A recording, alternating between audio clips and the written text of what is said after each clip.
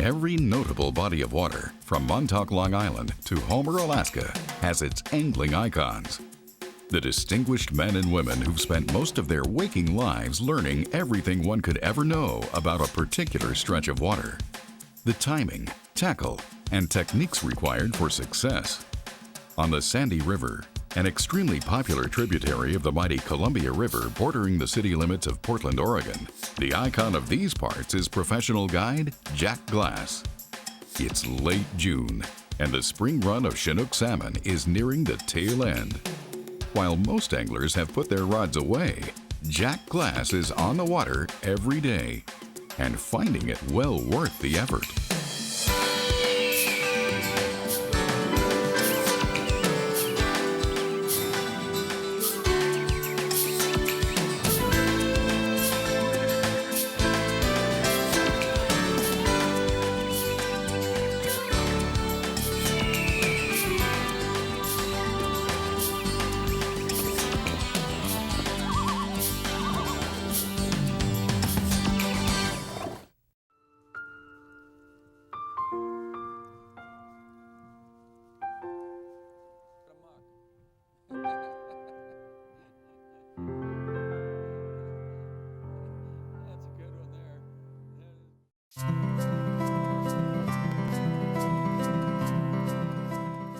The Sandy River originates from snowmelt of the Reed and Sandy glaciers, located high on the west slope of Mount Hood. Hey, Jack. Hey, Carmen. How we doing? Very good. Glad to have you come join me on the Sandy today. You bet. Jump on in. Let's go get them. Let's do it. We got nice weather to start our morning. You bet. Let's go get them. It's a great day, and water's up a little bit, but we'll see what we can find today. Looks good. I'm excited. We're going to go upriver a little ways.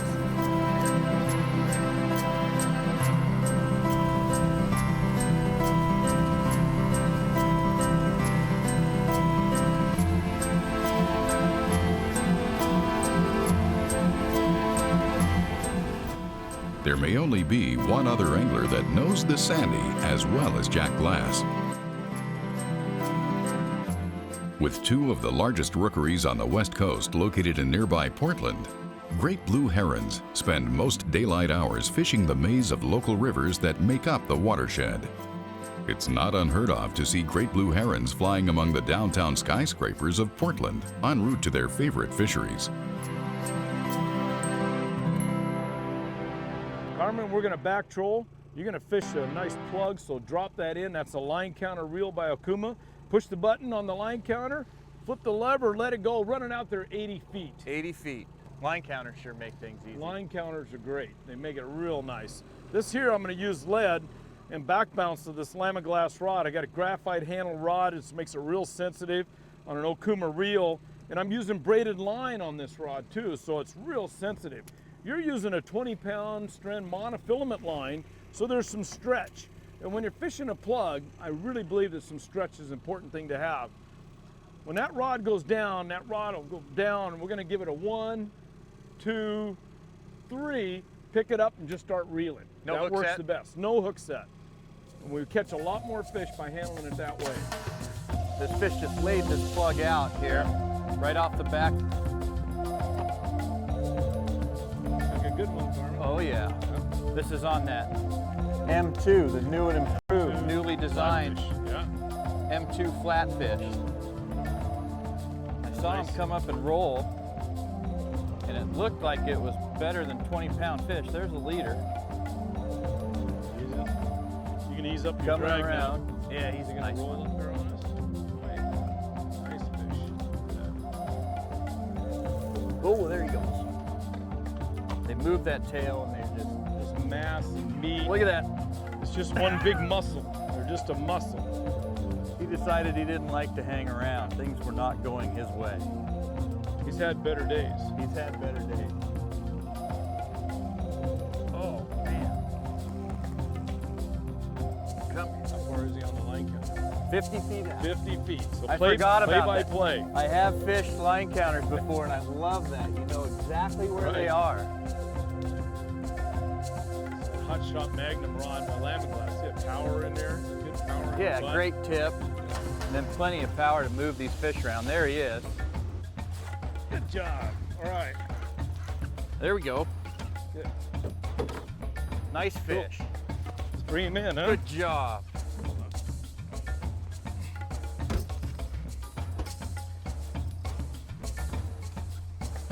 He just hammered that plug. You did. Just laid the rod absolutely flat. This is a hatchery fish here because you got a clipped adipose fin. This would be a 4 salt fish. Spent 4 years in the ocean, 1 year fresh. I haven't weighed him yet. You know, I'm probably 14 pounds, 15 pounds. I saw him roll behind the boat, and of course, when you get that first strike, they're all big. I thought he was 20. I thought he was 20. They always get bigger, and that's okay. Yep. By the time I get home, it'll be 25, so that's Caught all him on good. that Warden's M2 flatfish. This is the new design that Yeah. they came out with. Big New wrap deeper on diver. there. Yeah. He tore the wrap to shreds, tore that hook to shreds. A lot of times they'll grab it, they'll get both of them, and they'll get them on this tail hook. This other hook will come around and hook them somewhere else and then tear out. Right, when you get them in a net and they roll, a lot of times it rips it out of their mouth as well as straighten out the hooks. People inquire, they see some of the TV shows and they say, God, those guys kill a lot of fish. Well, when we're wild fish, Right. we'll certainly do our Good about best, releasing them. taking care of the resource. But if that fin's gone and that's a hatchery fish, that fish was placed in the river to end up on a barbecue. Absolutely. And it's just perfect. Recreational opportunities. And it's just perfect that they treat that barbecue so well, or they come off so good. You can't find a better eating fish in the Northwest. The spring salmon. Well, that was awesome. That Okay, was cool. let's go Good see if we hard get strike. another one. Let's go do All it. right. See some blue sky coming.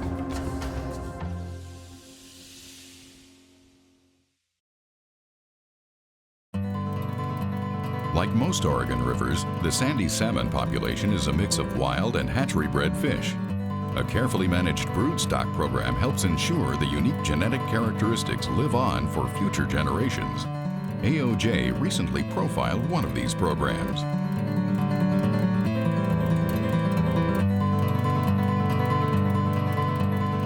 On the South Umpqua, we have a hatchery program where we release about 120,000 winter steelhead into the South Umpqua.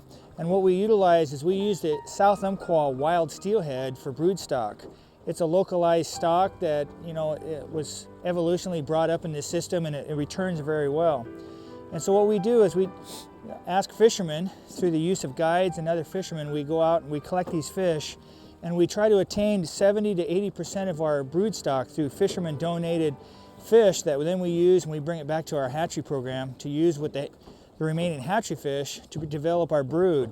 These are wild fish and they're not used to being corralled at all, so they're not happy with this. If we were going to spawn today, there'd be a horse trough that would be in front of me that would have water and an anesthetic in it, which controls the fish so we can handle them. And at that point, we sort them for sexual maturity and then take the fish into the hatch house. In about another month or so, we'll spawn it with the rest of our wild fish that we collect and utilize it for the next year's program for fishermen again. How long have you been on this river? Well, you know, Carmen, I've fished the river for over 40 years now. My father started me when I was 6 years old. Shoot, all I did was throw rocks. You know, I didn't really fish very much, but I'd go with him to the river. I did catch my first steelhead here when I was 8 years old in 1964. So I've got 40 years experience on the Sandy. When we talk about you being on the river, you not only are a guide on this river, you actually live right on the river banks. Been a resident living on the river for 25 years. You have the only dock. The only dock on the river. This is my mainstay. The Sandy's my home. I'm passionate about the Sandy like I am with many other fisheries. You not only fish the Sandy, you go straight out fish the Columbia immediately out in front too. I dreamed of living on the river, being a fishing guide when I was 8 years old with my father. We talked about that. And so good Lord's been gracious, give me an opportunity to actually make it my career in what I do. Of course, I have a very understanding wife that's allowed me to do this. Because it is tough on a married life. It's tough on your pocketbook. It takes a long time to become established where you feel comfortable. I feel comfortable now. So we've been in a lot of meetings together, Lots fish and game meetings. I've given up towards... thousands and thousands of dollars I could have made fishing to be involved with our industry from the inside. And some guys are just starting out, it's hard for them to do that. You know, they can't take days off if they could work when they should. If they want to have the resource available for years to come, they should work from inside as well. Take it. All right, Carmen. Ah, Let him go. second one. Whoa, whoa, whoa, whoa, whoa, whoa, whoa, whoa. Good fighter. Good one. There he is. Okay. Come on. We haven't seen this one yet. He didn't nice come one. up. He's going to come up right here. There he is. Ooh, that's a good one, Carmen.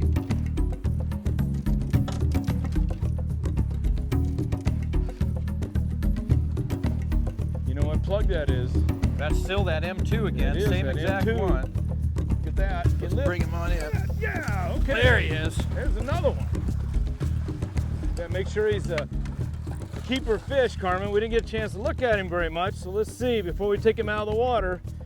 Yep, that one's a hatchery too. It's a nice one, just about same as last fish.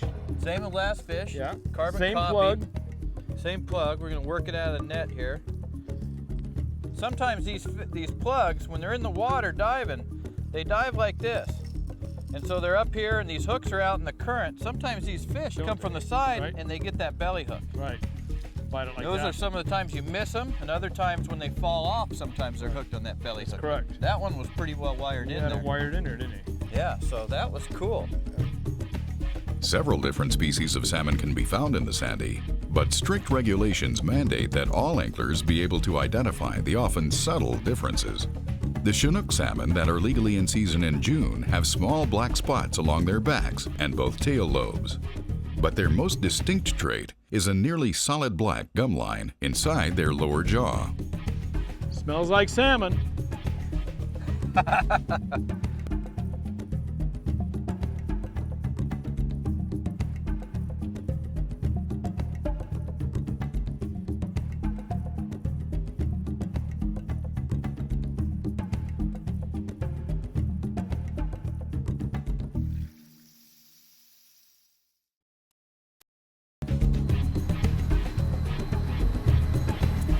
It's easy to forget that the Sandy River is nearly within the city limits of Portland, Oregon, the Northwest's second largest city. It's not uncommon for the metropolitan fishery to become quite crowded. It's a place where a little courtesy and respect for fellow anglers goes a long way toward guaranteeing an enjoyable day on the water. There you go. Oh, look at that. Oh, look at that. He's got it in the back. Dang it. Dang it, dang it, dang it. What a deal. Wow. Oh, he's a good jumper when they do that. Dang We got it. him foul hooked. Yeah, he's foul hooked. It's a gorgeous fish. You hardly ever. It's really difficult to foul hook a fish with a plug. Yeah. But sometimes when they You take know, a he swipe bit at it, he was biting at it. I'd rather not have to leave the hole if I can. yeah, we can get him. It would be nice if we can get him right here. Oh, jeez. Come on, buddy. Get him over here in the slack water. We just want to get the lure back now. That's about what it boils down to, huh? You get a But he good was lure. biting at it. He had it the first time. Now look at there. This is, oh, I lost him. I let my thumb get in there and look at. When you get a Ew, fish foul hooked like that, you don't want to mess around with them. You know it's illegal to keep that fish. You don't mean to do it. So what you want to do is you want to hustle up, get the fish in fresh, get them back in the water, you know, with a minimum of, right? You don't want to mess around with them.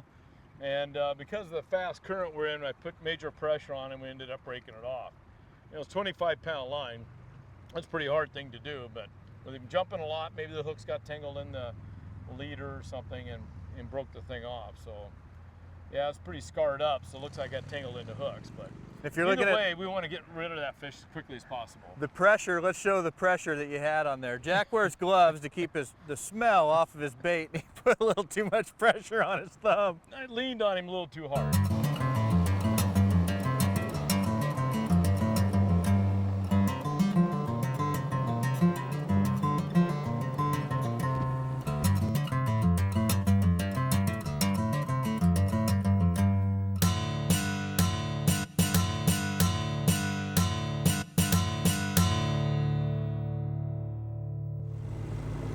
This is a big boil, Jack. It is. Tough water. The fish come up through those little rocky areas there. We call it a mini minefield. It's full of boulders down there all over. So they come up through those boulders and they're looking for a refuge, a place to hold, and so sometimes they're in here. We got the plugs just backing in there. Yep. You Just know, sitting we had to working. hold the one fish. He bit at it, but when he went and got loose, he turned and it foul hooked him. And that happens sometimes, you know. Obviously, we'd have landed him, we'd have let him go. But he broke off and got away, which is fine. Salmon fishing, this is just awesome water. I Yeah. mean, this is everything they like. They like it. Easy for them to hold in here. They're such strong swimmers that it's easy water for them. Get down, you look at water like this and you think, why would a fish sit in there? Yeah. You don't realize underneath the surface, once you get down by the bottom, Right. all this overcurrent shoots over the top. There's just a big The water on the bottom rolls, so it's a soft water area where the current's not nearly as strong.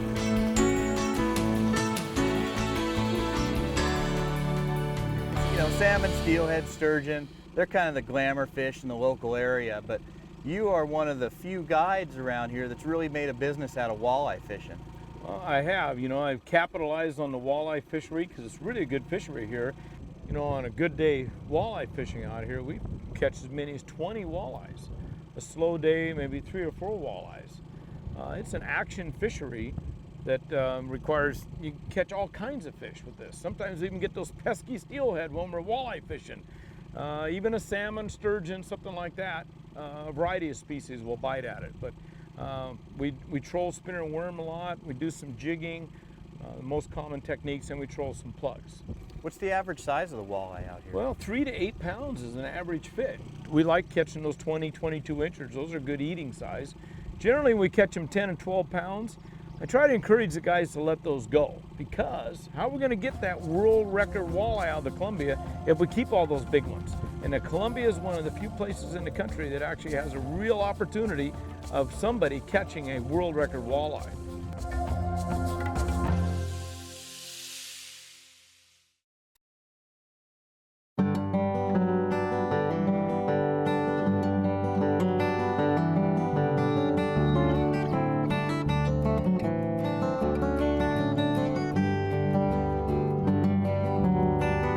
Sandy's an awesome river, always has been, but there's a lot of reasons to be excited about its future coming up. Tell us a little bit about, you know, the changes coming on. Yeah. This is a broodstock program. It's 100% broodstock. Broodstock means that these eggs have been taken from naturally spawning fish, hatched out, then they clip that fin so that we can identify a hatchery fish and then release back into the system. When those fish come back, they are a natural fish as much as you can have, because they've only been taken out of the cycle one time. Unlike other hatchery fish where they'd use hatchery fish every time they implement and put hatchery stock in, these fish have only come out of the natural spawn fish one time and then are put back into the system again. When they take eggs out of the natural spawning fish each time. The wild fish. The wild fish. We call them wild natural spawners. The key thing of this thing is that they have a lot bigger yield on the number of fish released. We actually have larger runs now than what we did when we released more fish because of this program. They used to release 460,000 hatchery fish. So our adult fish would come back as about 3,800 to 4,000 fish. Well, now we're only releasing 300,000 broodstock fish, but yet we're seeing 5, 6, and last year's run was 13,000 fish. Yeah. It was huge. So we're getting a bigger yield on less fish being produced. And those changes, that broodstock program, was just part of an overall change on the whole river with Marmot Dam. That's correct. We had to get ready for Marmot Dam removal, because they take the dam out, there's no way to stop those fish from moving up into that upper reaches, which are being protected for wild natural spawning fish. And with the future development of acclimation ponds, well, we're going to be able to enhance this even more so, to even produce more fish, because we'll be able to hold those fish in the system, the juveniles, for a little longer before they're released into the river, so we have a better return yet. So those kinds of programs are really helpful. When Marmot Dam is gone, we're going to see a more beneficial run in the long run. It's going to improve the habitat of the river. It's going to allow the river to stay cooler. It's going to make easy passage for natural spawning fish throughout the system and juvenile passage. So it will be a benefit to the watershed. We've got two beautiful fish in the box. We had the one, he laid that plug flat, let it go. We he snagged himself basically on that. He cartwheeled a few times. We had another grab. Yep. It didn't stick. And all the bites were in the afternoon. Yeah. We didn't have any bites in the morning. It was all in the afternoon when the water turned around and was more desirable and progressively got better and better throughout the day. Yeah. So, but it's starting to come around now. I expect tomorrow to be a real good day. I wish you could be with me. Yeah. Always got to, usually it's be there yesterday, but in this be case, here tomorrow. Should have been here tomorrow. Yeah. Always enjoyable though to fish with you. Likewise. You take top-notch care of your boat, all your equipment. And I try and offer the top-of-the-line equipment that's available, and because I have a lot of experienced anglers that fish with me, and they recognize that they're using premium, top-of-the-line equipment at all times. I had a great time with you, Carmen. Enjoyed it very much. I had a great trip. And I look forward to another trip down the road with you.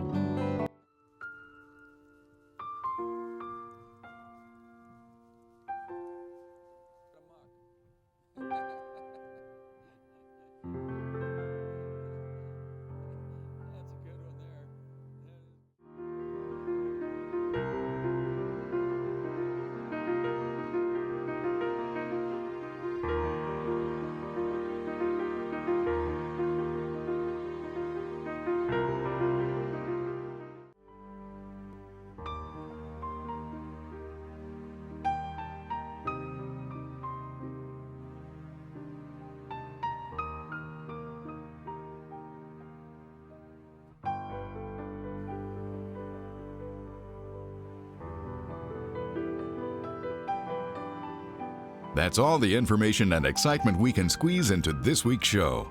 We hope you enjoyed watching. Check your local listing as America's Outdoor Journal airs several times each week. You'll want to catch every episode.